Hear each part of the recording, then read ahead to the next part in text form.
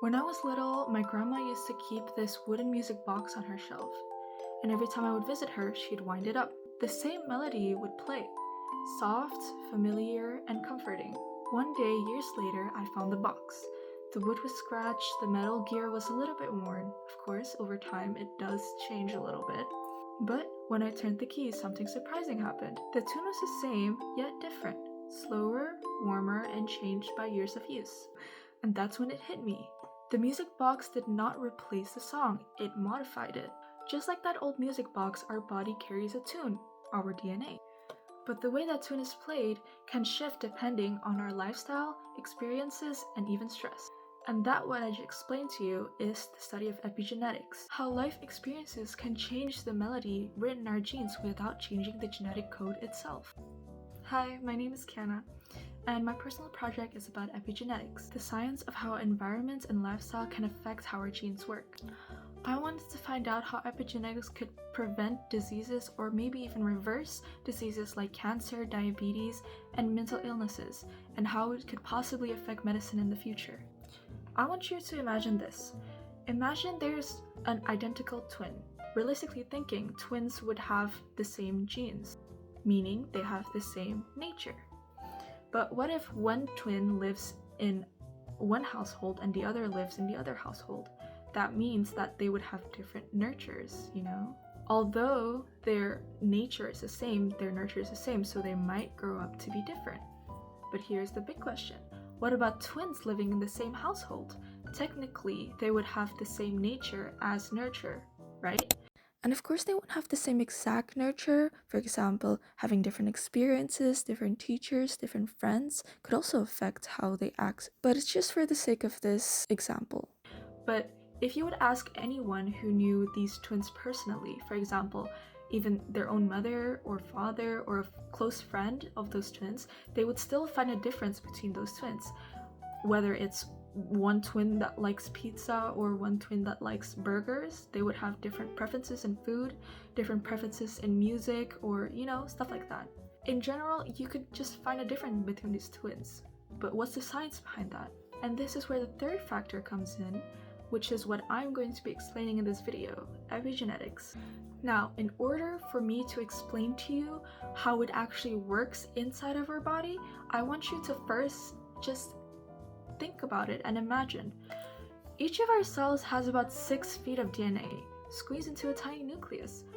That's almost impossible, right? Your body solves this packaging problem by wrapping the DNA around these little spools inside your cells, inside your body, called histones, right? Just imagine it like wrapping yarn around a spool. This combination of histones and DNA is called a chromatin. And although this solves the packaging problem, it also creates another problem. If the DNA is packed too tightly, this causes another problem. The cell cannot read the genes that it needs to read. So to solve this, your body uses epigenetic marks. Epigenetic marks are tiny chemical tags that sit on top of your DNA and histones to tell the chromatin to either turn a gene off or turn a gene on.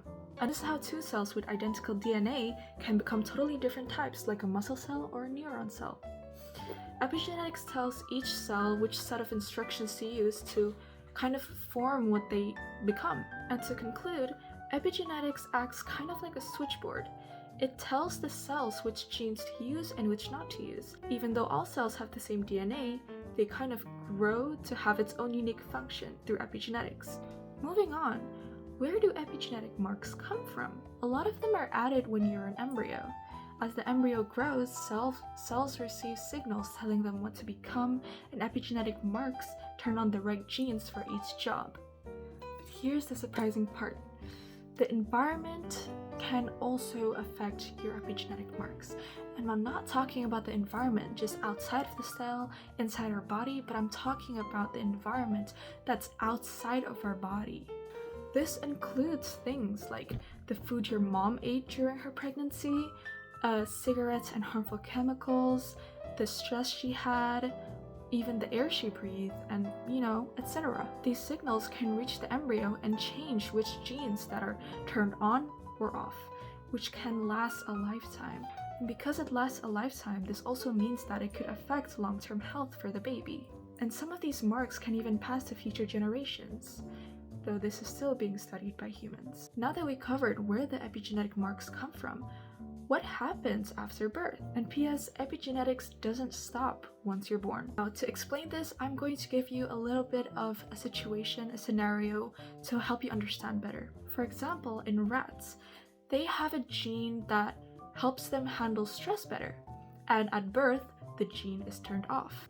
However, if the mother takes good care of the pups in the first few weeks that it's born, so taking care of it and being close to it, being loving to it, those silencing marks actually get removed and it turns the gene on, which means that it helps the rat handle stress better in life. And if the mother does not take good care of the pups after the first few weeks after birth, the marks will stay, which also means that the gene stays off. This means that the rats will unfortunately grow up to be more anxious.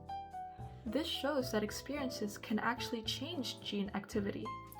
Jumping back to my research question, which was, how can epigenetics possibly prevent or maybe reverse certain diseases such as cancer, etc., etc.?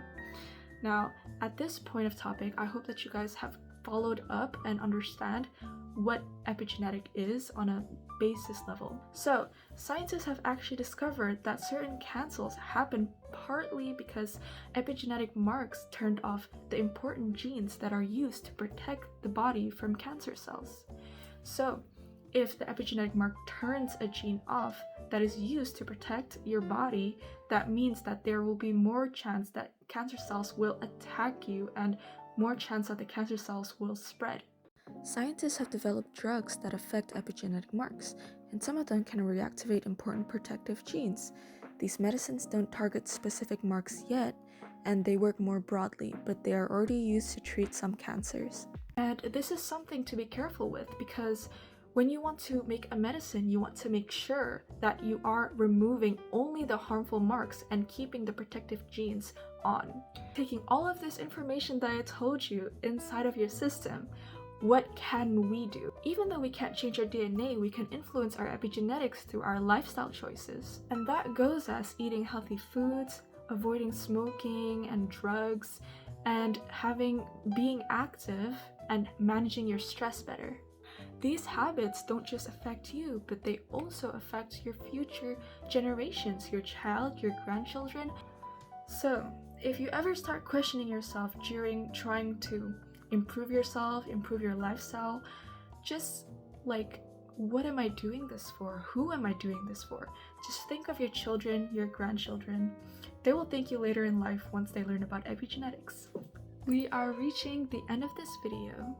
And to conclude everything, I just want to say that genes are not our destiny.